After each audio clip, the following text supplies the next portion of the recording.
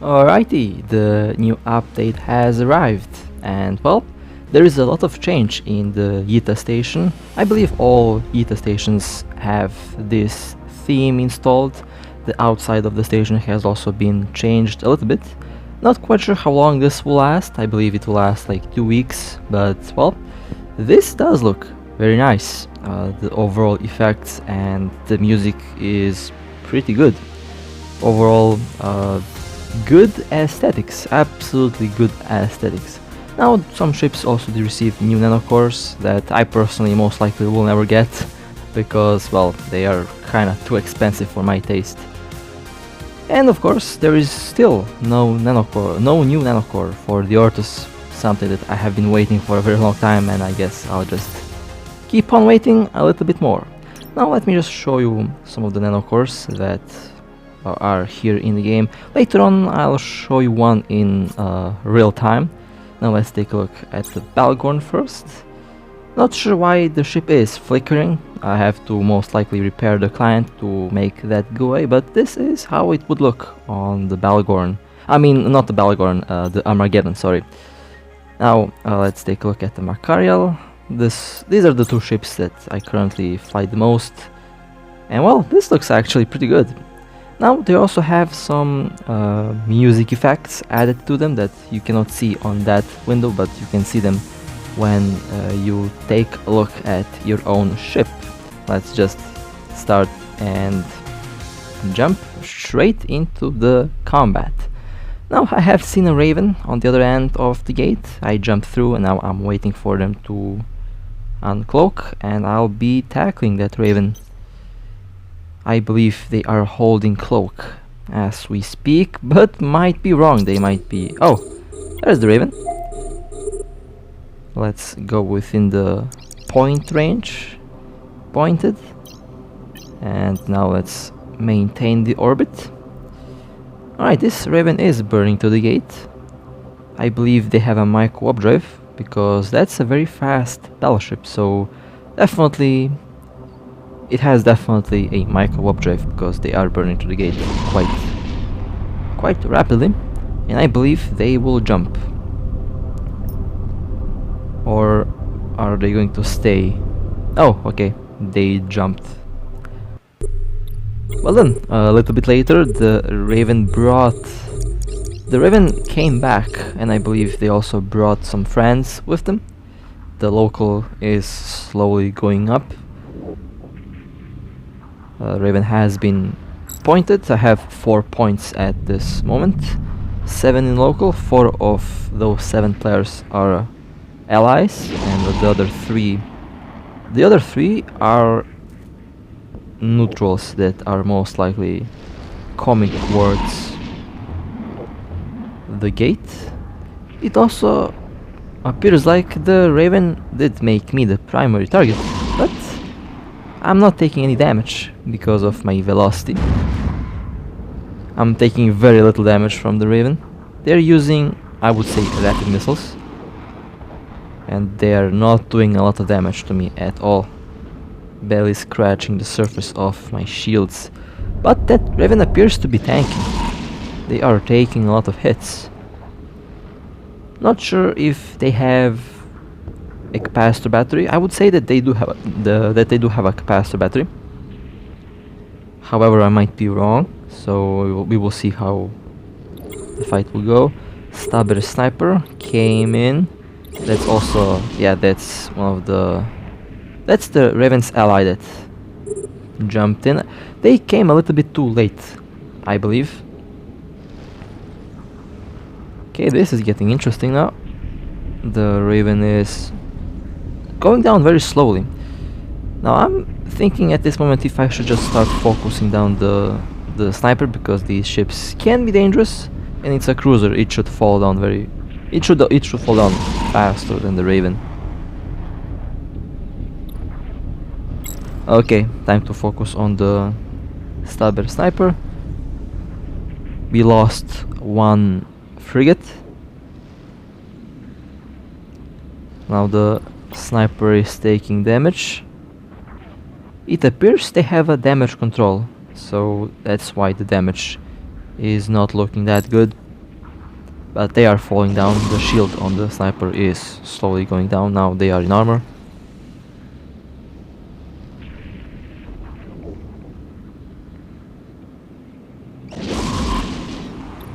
Okay, sniper almost down, so after the sniper is destroyed, we can continue shooting the battleship. Okay, that's one enemy ship down. There's still 8 in local for neutrals, so there's most likely more ships on the way. The Raven is at 35% shield.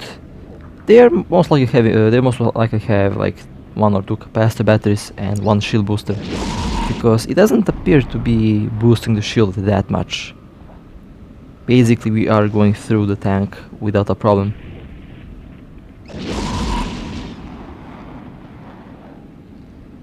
Last bit of shield left on the Raven. I almost forgot points. I had my points on the sniper.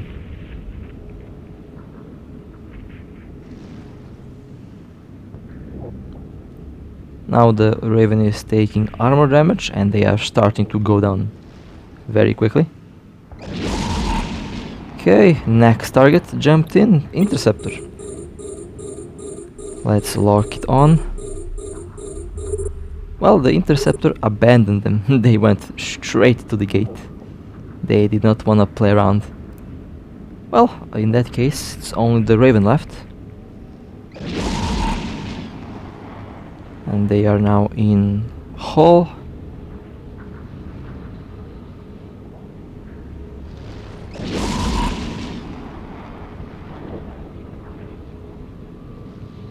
One more hit.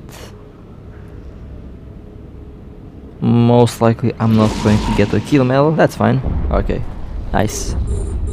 Well, we lost 1 succubus, but we destroyed 1 Raven and 1 sniper. We won this fight. They took more damage. And that was by the way a very nice fight as well. Did not expect to see them come back, to be honest. Had a couple other encounters with them, and in all of these encounters they burned back to the gate. They did not want to fight. But I'm glad that they actually came and played around a little bit. Alright, well, we have another target. I have seen a battlecruiser warp to this location, and I'll quickly scan it down. Battlecruiser or battleship, because it's one signature. Prophecy command. Alright then, let's warp to the prophecy. Warp drive active. Let's go to them and tackle them, because this ship is pretty good for that job. I have 3 points and 1 scanner. Should be enough to hold most ships with 3 points. Unless they have like 900 stabs. In that case, I'm not going to be able to hold them. Alright, almost. Well, that's a perfect warping at 45 kilometers. Just where I like to be. Okay, prophecy command has been engaged. Looks like they are an armor tank. Around, I would say around 70% resistance. Okay, they have locked me on. It also appears to be very fast, so that's a prophecy command with a micro warp drive. Now my orbit is of course still broken, so the ship does not listen to the orbit commands in 80% of cases, so I have to manually adjust the orbit constantly in order to make the ship orbit at the right distance. I have drones on me, that's fine. I can take a lot of hits before having to warp out. I usually fight until 50% hull or below. 25% hull is the limit. Sometimes that goes to 5% hull.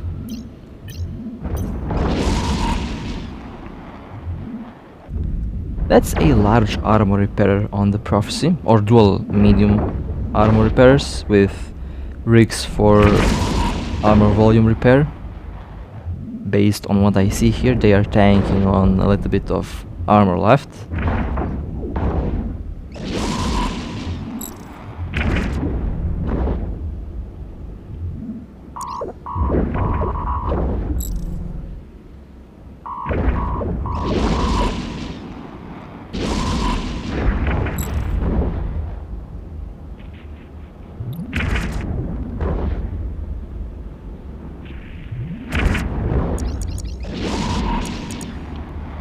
Well, and they warped out because I actually forgot to adjust the orbit and the ship did. It's weird, the orbit mechanics for some reason never work when I fly these ships. My inertia is actually pretty good with most of my ships. Maybe besides the Cinnabal, that thing had some problems with inertia. But with the Orthrus, it's different. I don't have these problems, it just sometimes, well, the ship just does not want to listen. Okay, they warped to the station, I believe. So yeah, not going to catch that one. Let's take a look at what's on the scanner. Might catch something else, or I might see where they. Oh, 3 signals. Well, that's a lot of signals. And yeah, I believe they went to the station. Let's check it out. Or not, they are warping around the system. So yep, looks like that prophecy did escape, because I actually forgot to adjust the orbit again. Or should I say I forgot to approach the target. Well, this is a good example of a new nanocore. You know, I have to admit, they have put a lot of detail to these nanocores. You can see a lot of these effects that are actually looking pretty good. And the theme is, well, it's pretty good. I mean, I cannot lie. I like how they look, although they are still too expensive for my taste, and most likely I'm not going to get them. But this is a good example of how these nanocores look on your ships. My favorite effect, definitely the sound waves that you can see there. That's something new. And well, sending a missile, you know, just to see. That Nightmare is extremely tanky. It did not even get scratched by my missiles that are usually hurting all battleships. Alright then, well, this is the mighty Chonk, the Abaddon, the ship that's basically a flying armored brick. Now, we had intel that there is a couple of ravens camping our gate, so we decided to go and smash that little camp, but the local number keeps skyrocketing, and this was a massive bait that we took. So there are the 2 ravens. We have a Raven Striker and a classic Raven. Now the local spiked, so I'm just going to wait at this gate, see what kind of ships jump in. Now, not sure if they jumped in through this gate or if they're actually coming from another gate. So I'll just hug the gate for a second and see what happens. Yeah, that's a lot of ships. We have there's a interdictor there. They have a bubble, they have battlecruisers, battleships, interceptors. Interesting. Now here I'm thinking if I should just go to the station because I haven't been pointed just yet, or if I should just go through the gate. And well, at the moment I'm just sitting here and watching what kind of ships are still on the way. Some of them jumped through the gate, so they have ships on both sides. They're trying to point me. Well, they did point me or scramble me, I have no idea. But they are not shooting at me yet. They're waiting for me to jump. Well, I'm not going to jump. I'm going to sit here for some time just to see what can happen, to see their DPS. That's a lot of ships at this gate. Alright then, my shield out. Let's pop 1 armor plate. And fun fact, I can actually tank all of these ships. The Abaddon is pretty tanky. Now here I'm jumping because they bumped me, and they would try to bump me away from the gate, so I know that trick. and it's not going to work on me. Alright, well, we have this interdictor, and one of my friends has been engaged in the bubble, so I'll just try to help him out by shooting the bubble. And the bubble has been engaged. I'm approaching the gate. I expect all of them to jump through. Bubble taking a lot of damage, and the bubble is now forced to take range. So my friend there has been... My friend is now out of the bubble, and they should be able to warp away, I hope. The rest of them jumped in, so I warped to the station. Well, yeah, did not expect to see like 20 enemy ships jump in. But the Abaddons have survived, because these ships are just very silly in terms of how much damage they can take. Well, it looks like we're going to play the station games with them, if they come to the station, but it seems like they will not.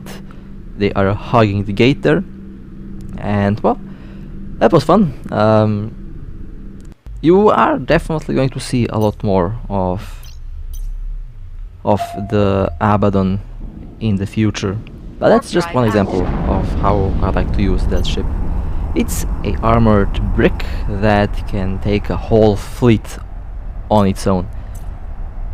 Well then, on to the next target. Now, I have scanned a Drake in this anomaly, and I'm going to engage them, but there's a chance that they actually warped off, because when I scanned the second time, the signature did move a little bit. So I expect it's maybe the first room to third room, or they might completely warped out. And by the looks of it, they completely warped out.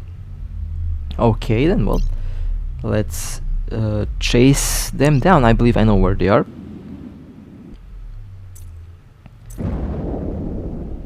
The Drake jumped through the gate here. I did see them go through.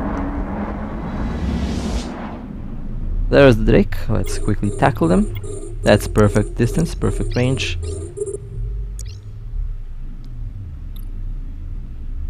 I always forget to remove the drone. The drone is very useless in the Orthrus, because it never fights. It's never within range in 99.9% of time. Alright, have the Drake pointed, and they also engaged. Alrighty then. Now this Drake does do a fair amount of damage on my ship, but I should be able to hold out for a very long time. Their tank is not looking very good. I would expect this Drake has a lot of ballistic controls, but it doesn't have a lot of tank. And they are now in low shield. My ship is holding out quite well. I can also use the advantage of my range and maintain a 40-kilometer range or above.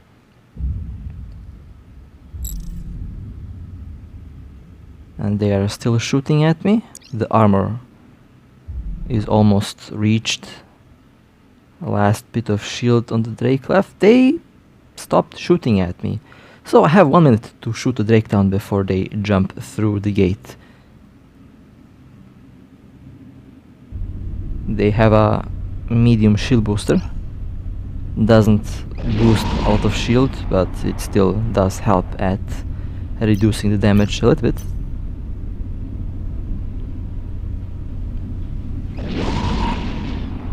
Okay, now we are in armor.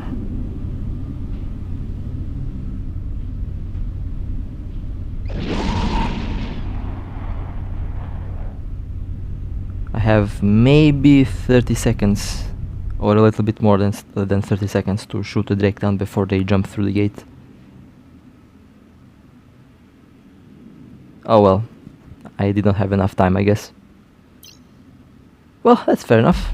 Was a good fight. And now back to the big vampire, the Bhaalgorn. We have a Tempest that jumped in.